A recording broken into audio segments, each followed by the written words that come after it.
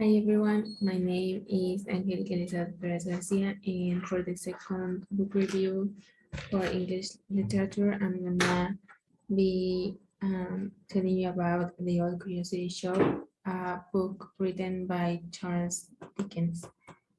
So, first, the contents we're gonna be seeing. The first one is the world's context. We're going to talk about a little about what was going on in the year 1840 when the book was published. Then I'm going to move to the author's information. We're going to talk a little bit about his life. Number three, we're going to talk about why he wrote the book that I chose. And number four, I'm gonna tell you a little bit about the characters of the book so that when we talk about the book, you are a little more familiar with them. Then number five is the book summary. As I said, I'm gonna be telling you how the story goes on in the book. And number six, I'm gonna present to you three different options for the ending of the book, and you can decide which one you think fits best. Number seven is the connection to real life. The story has a very particular connection that I found. So we're gonna go talking about it, and at the end, I'm gonna leave to you the resources that some of the resources that I use to make this presentation. So let's get started. So as I said, our first point is the world's context. I'm gonna be telling you about some important things that were happening in the year 1840 when the book was published. So January 19, the Antarctica is claimed by the USA. Then in February 10th, the Queen Victoria marries her cousin Prince Albert. In May the 1st, the penny black became the first postage stamp in Britain. Then May the 21st, New Zealand is declared a British colony. Now in January 12th, an anti-slavery convention is carried out in London. And in July 15th, there is a signature of the Convention of London, and in August 1st, the Slavery Abolition Act ends the slave trade in the UK. Then in October 7th, William II becomes the King of the Netherlands. And finally, in December the 15th, Napoleon's body is laid to rest in Les Invalides in Paris. Number two, the author's information. I'm going to be telling you about the author's life, Charles Dickens. So Charles Dickens was born in 1812. His mom was, well, she aspired to be a teacher, and his father was a naval clerk who aspired to be rich. So they were really poor, and in 1824, his father had to go to jail because of all his debt.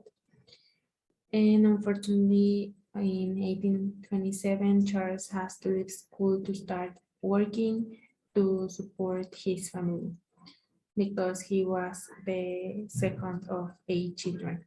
So in 1830, he falls in love with Maria Bignell, and in 1833, he began submitting sketches to magazines under the pseudonym Boss.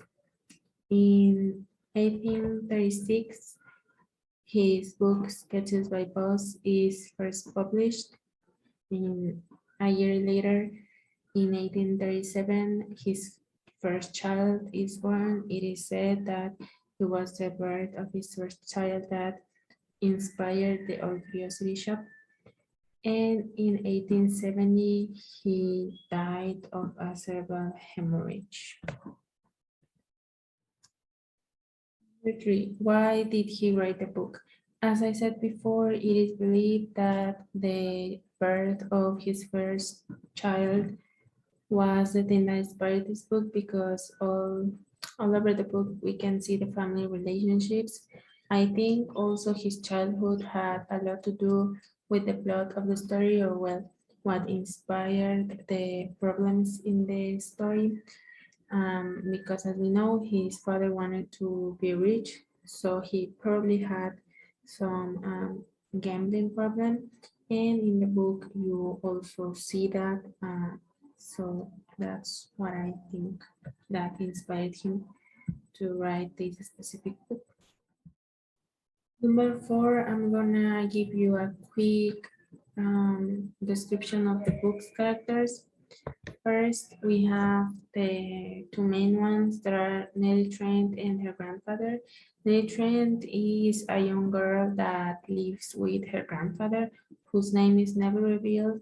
She has to live with him because her parents passed away, and the grandfather is the owner of the old curiosity shop. Then we have Kid Nobles, who works in the curiosity shop for her grandfather and is also a friend of Nellie.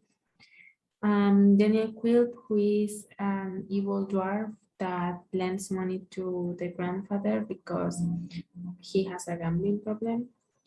Fred Trent, who is Nellie's brother, and he thinks that their grandfather is secretly rich and doesn't say anything because he wants to leave all the inheritance to Nellie. Dick Swiveller is Fred's friend, and he plans to marry Nellie to get to their grandfather's money. Then we have Samson Brass, who is an Eclipse attorney. Then the Marchioness, who is the servant of the Brasses. Mr. and Mrs. Garland, who are a married couple that appears later on in the story. And the single gentleman who at the beginning is kind of like a stranger, and basically nobody knows why he is looking for Nellie and her grandfather. Number 5, we have the book summary. So the Old Curiosity Shop tells the story of Nell Trent and her grandfather, who owns a curiosity shop filled with like antiques. And there also works a young boy named Kit, who is Nell's only friend. So decided not to let her granddaughter die in poverty like her parents did. The grandfather wants to make an inheritance for her.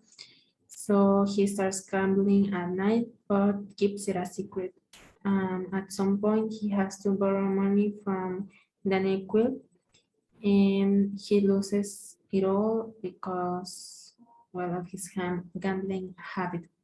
So the evil dwarf decides to take the antique shop, so they have to leave. Convinced that the old man has a good amount of money kept secret in some place, Frederick convinces his friend Dick Swiveller to help him track Nellie and the grandfather. To this end, they join forces with Quilp, who knows well there is no fortune. So Quilp arranges for Dick Swiveller to be taken as a clerk of Quilp's lawyer, Mr. Brass, where Dick befriends the Marchioness, and meanwhile, Nell succeeds to take his. Meanwhile, Nell succeeds to take her grandfather to a safe place because they're running away from Daniel Quill. But this has affected her health very badly. Meanwhile, on the other hand, Kid has found a new employment with Mr. and Mrs. Garland.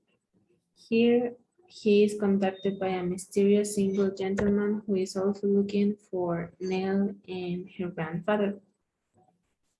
So Kid, the single gentleman, and Kid's mother go after them unsuccessfully, but instead they encounter Quill, who takes a ground against Kid and accuses him of being a thief, and sends him to jail. But they manage to prove him innocent and he gets out of jail.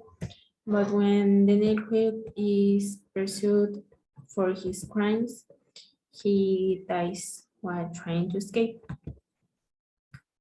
So at the same time, a coincidence leads Mr. Garland to knowledge of Nell's whereabouts, and he, Kid, and the single gentleman go find her. So this is not the end of the story, obviously.